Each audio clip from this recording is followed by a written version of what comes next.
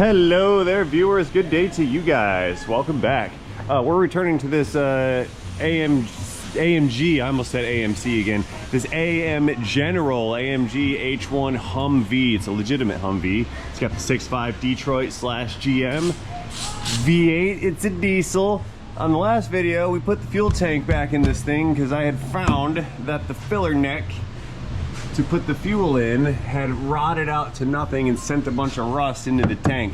All that rust had migrated its way forward through the fuel pump into the fuel filter assembly, which we can't see from here, and I'm hoping all the debris got caught at the fuel filter. After fixing a fuel starvation issue in the pump, took it out and drove it, and it still fell on its face and had lack of power. Now, the next thing in the list of possible causes is this little fuel leak right here. See that fuel on my glove there? It's leaking out of the diaphragm on this pump over here. That's a lift pump, like on an old school 350 small block Chevy. I have a replacement pump right here. I found this on the eBays. It's driven by the camshaft. See this little lever right here? That lever is supposed to actuate off of a push rod that runs off the cam, and it pumps the little diaphragm in there, and that's what lifts our fuel. I think that pump in the truck is leaking where this crimp occurs between this bottom part and the top part there. So my theory is if it's leaking fuel out, it could be leaking air in. And air inside of diesel fuel injectors is no bueno situations. So we're gonna remedy this leak right now. So I'm hopeful, but also not hopeful. I'm managing my expectations here that this is going to be the issue. My intuition tells me that this little bit of fuel seepage right here is not the primary cause of the lack of fuel, or lack of power rather, but it's staring at us in the face, so I gotta fix it.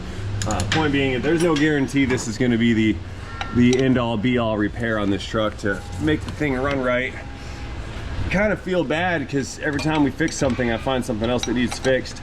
Hello, child unit. Yes, darling. You know why the dogs were making a loud sound? Why were the dogs making a loud sound? They're fighting. They're fighting. Uh-oh. Uh-oh. Let me go stop the dogs from fighting. Hang on. I'm trying to stop them fighting. All right, I'm coming. I'm coming to help. Oh, this is meeting with some resistance. I can't get that fitting off. It's super duper tight.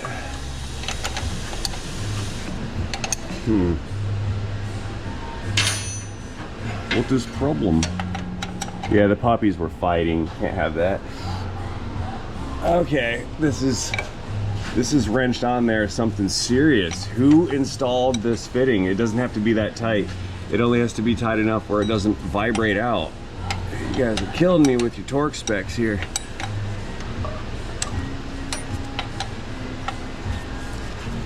Oh. Wow. Yeah, that didn't have to be that tight. I was on there. I gouged up the fitting and everything. Look at that. Slipping my wrench. So anyway, this is our fuel feed going up to the filter assembly. Let's get this guy out of here.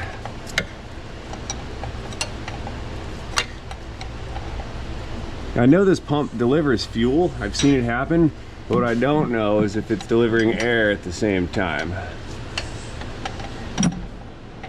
Yeah, it seems to have fuel at the filter. If you open up the little bypass port to purge the air out, it just spews fuel out everywhere. It's actually not an air purge. The guy that owns it and everybody else in the comments says there's a little valve to purge out the air. I believe that little valve is to purge out the water, because the fuel and water should separate in the filter, and if there's water in there, water, not water, then that valve at the bottom of the canister, when you open it up, it's supposed to let the water out. You need a shorter wrench. Yeah, folks, we're losing the edge on our linguistic developments here in the fast-talking Western world. We like to substitute D's with the T's, or T's with the D's, or whatever. End up saying water instead of water, but it's spelled clearly with a T, water. Okay, there's one line there. So I got a couple bolts up there that bolt this thing off to the side of the block here. Let's reach around the frame and get those bolts unbolted. Okay, so I'm reaching around on the outside of this frame with a wobble extendo socket here. We're gonna get a hold of the fastener. I know you guys can't see much of anything. But let's be honest, we're all here for the clever commentary in Paul Harvey style, soothing tones of linguistic excellence. There's our bolt. And a couple of you guys are here to learn something too whenever I figure out what I'm doing. But one more bolt here. That one's not easy to get the angle on. There's a body of the vehicle in the way. There we go, and we're on it.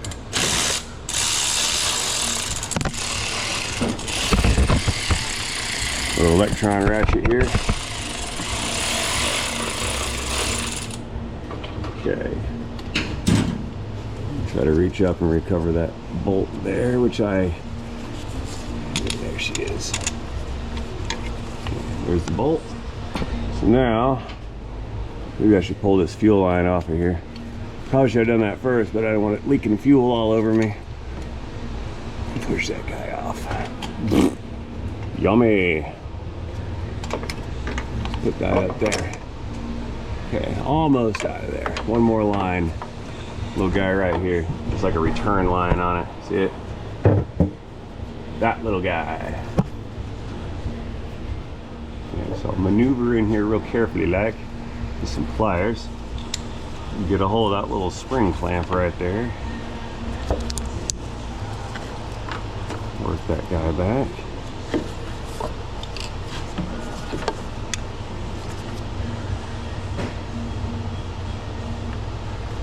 There we go. One pump removed. Alrighty, so now we're looking straight up at the side of the block right there. You guys see all that gasket material? We need to scrape that off. I'm gonna use what I call the super scraper here. It's an Astro tool, part number 90532. It's got a tungsten carbide machined blade on the end of it. It's super straight and super hard. It's the perfect tool for removing gasket material and sealant and things like that. Just get up onto there and just give it a nice scrape, and it just peels that stuff right off. Much, much more effective than a razor blade. The reason I mention such things is every time I use this, you guys ask me where to get one.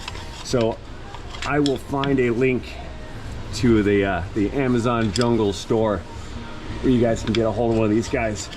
I don't sell them in my store yet. I haven't been able to get a hold of anybody at Astro Tools, or Milwaukee for that matter. I don't like car people.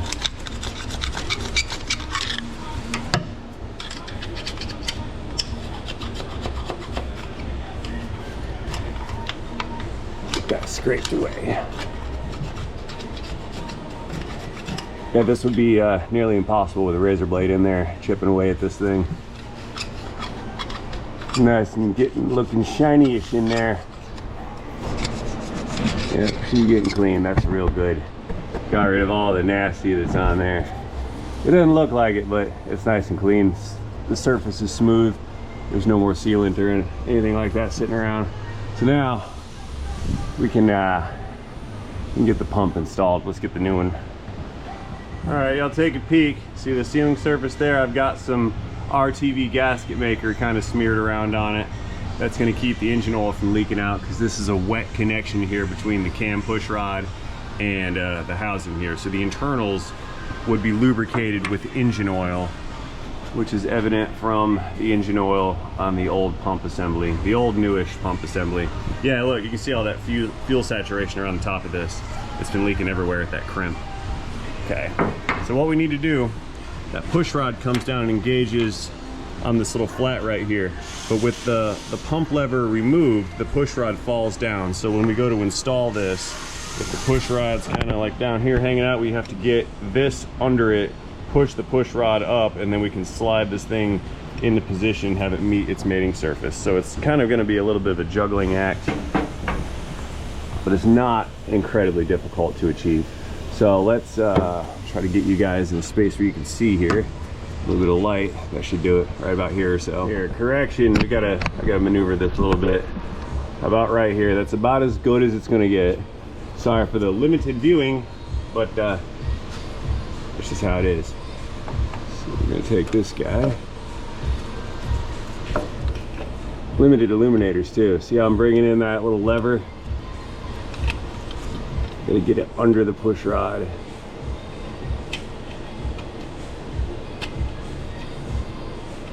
Let me feel where that push rod is at. Yeah, right there. Okay, let me just see if I can get it wrong. The push rod is all the way down. I'm gonna try to, okay, yeah, it won't go wrong because the push rod's in the way. So let me scoop that thing up. We're under it. Okay, that thing's in-ish. So I'm gonna come in and get a couple bolts started here. Drop one. It's cool, I gotta back up.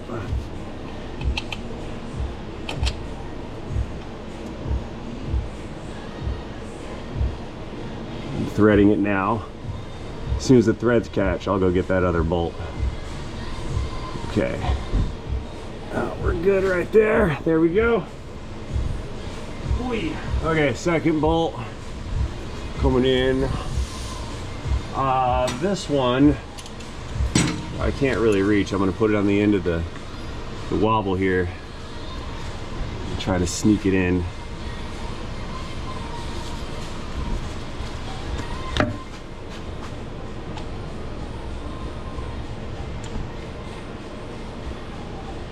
Come on.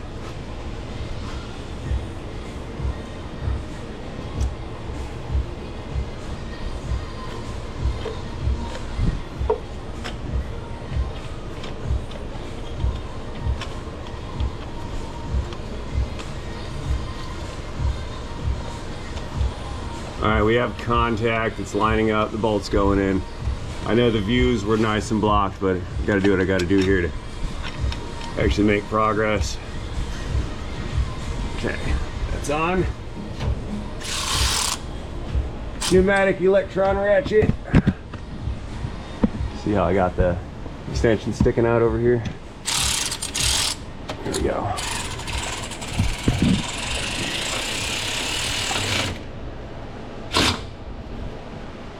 Turn, click.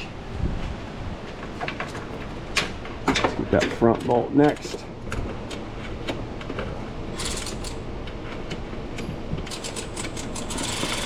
Returning. Okay. Fuel pump is in. Clickage. Oh man, I forgot the little return line. Look at, see a little guy? The clamp's gonna be fun to put on up there. Yeah. Oopsie. Yeah, I violated the order of operations, but I'm not taking that back out.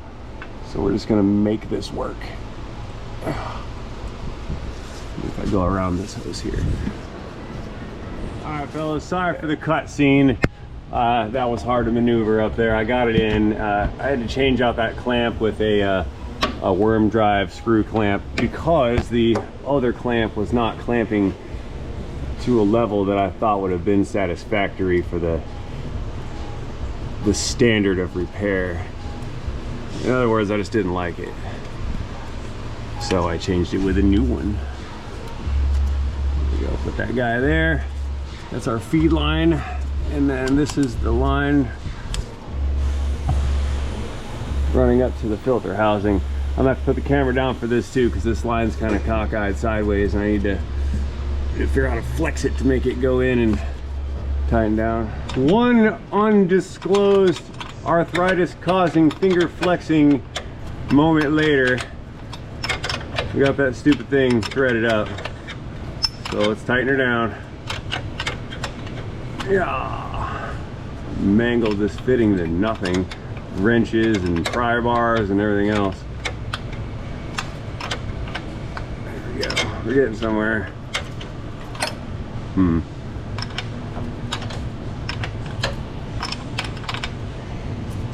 One more. There we go. Good. This clamp's the easy one. It's newish-ish.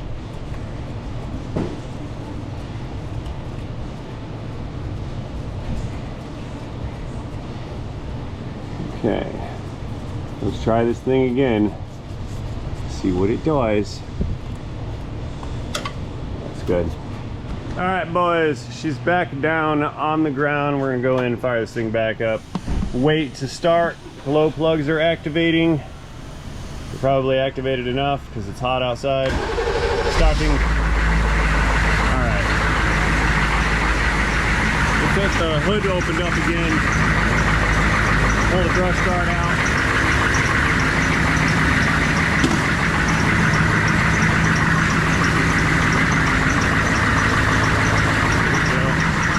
I wish that stupid, yeah. Now we're out of fuel.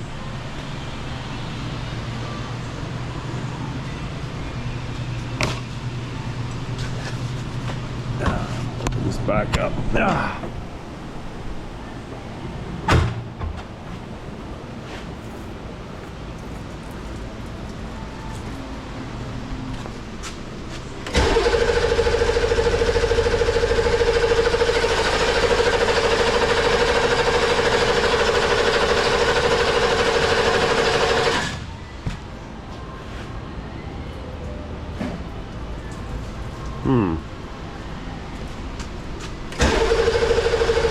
It died.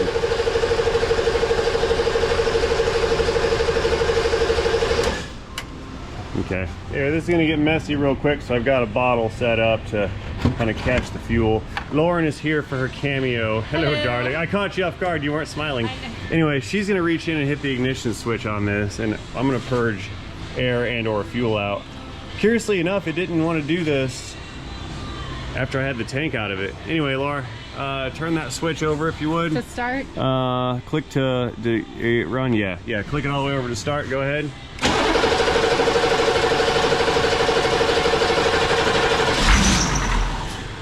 All right. Do it again? Air. Yep, do it again.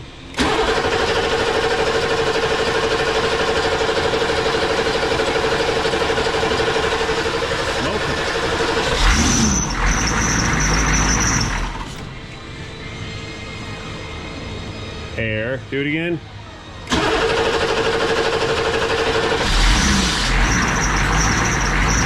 Stay running, you.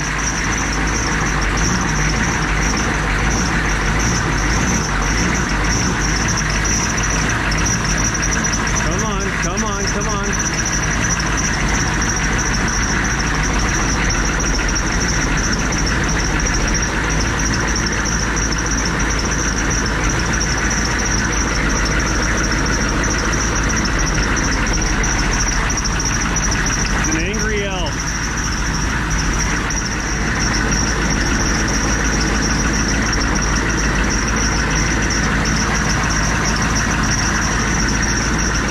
Starting to smooth out a little bit.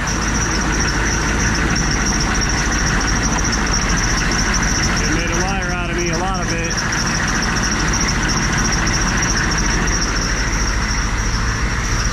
Here, let's let it run, leave it alone for a while.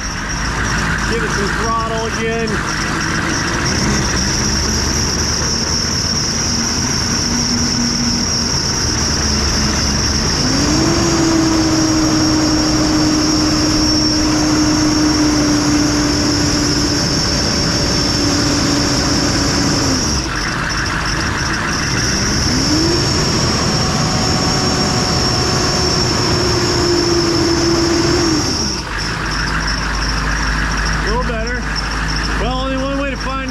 Get her out on the road and go for a ride. Hood coming down.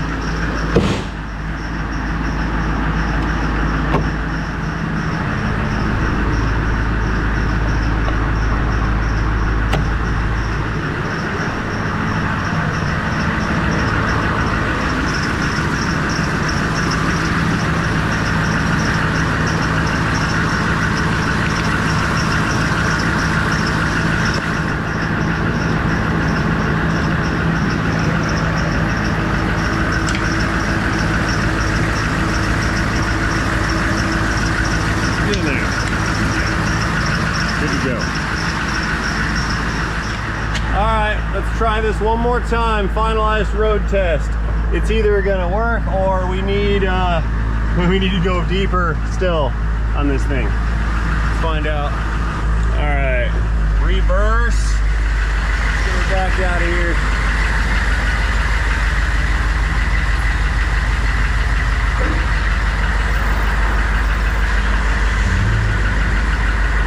Honks for safety, beep beep. The horn's not horning.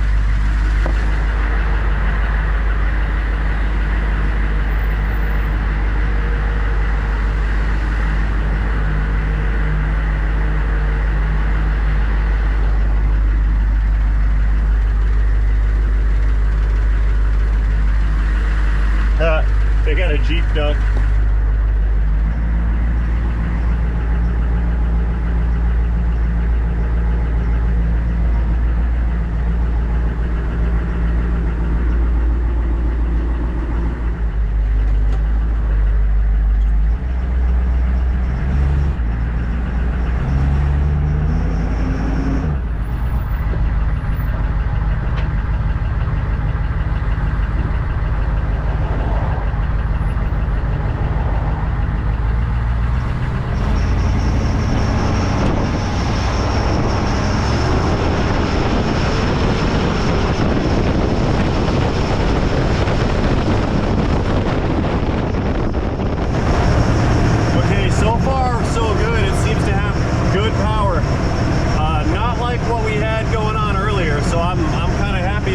So far, let's give it a good full throttle pull up and over the bridge.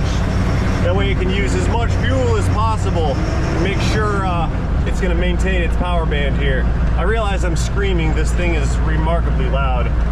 The wheels are loud, the engine's loud, the belt's loud, the air's loud, the tires are loud, the brakes are loud, the axles are loud, the doors are loud.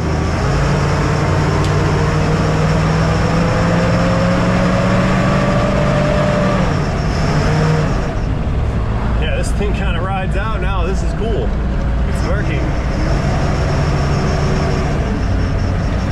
Okay, we're coming up on the steepest grade in the great state of Florida. We're gonna give her the beans. We're going over a bridge. That's a flatland joke, you guys. We're built on top of a swamp, so there is no hill. Here we go, wide open.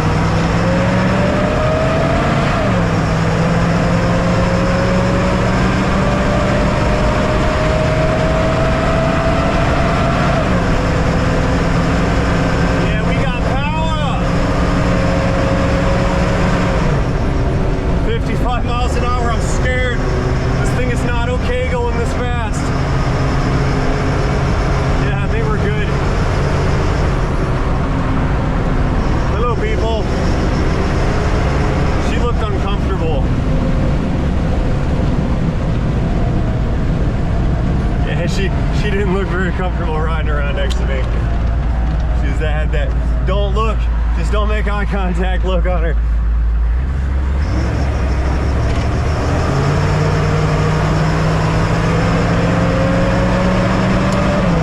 All right, yeah, this thing's fantastically. I'm good with this. Let's go ahead and bring her back to the shop space and get her parked, cleaned up a little bit. I got fingerprints on it and a bunch of dirt and stuff and diesel fuel. So let's go get her cleaned up. I'm gonna give this back to my eagerly awaiting customer. Like I said, they just bought this and they had to have it trailered over and towed for repair. So they're gonna be super happy to get the thing back. So anyway, guys, I think that's all I've got to offer you at this particular time on this particular truck.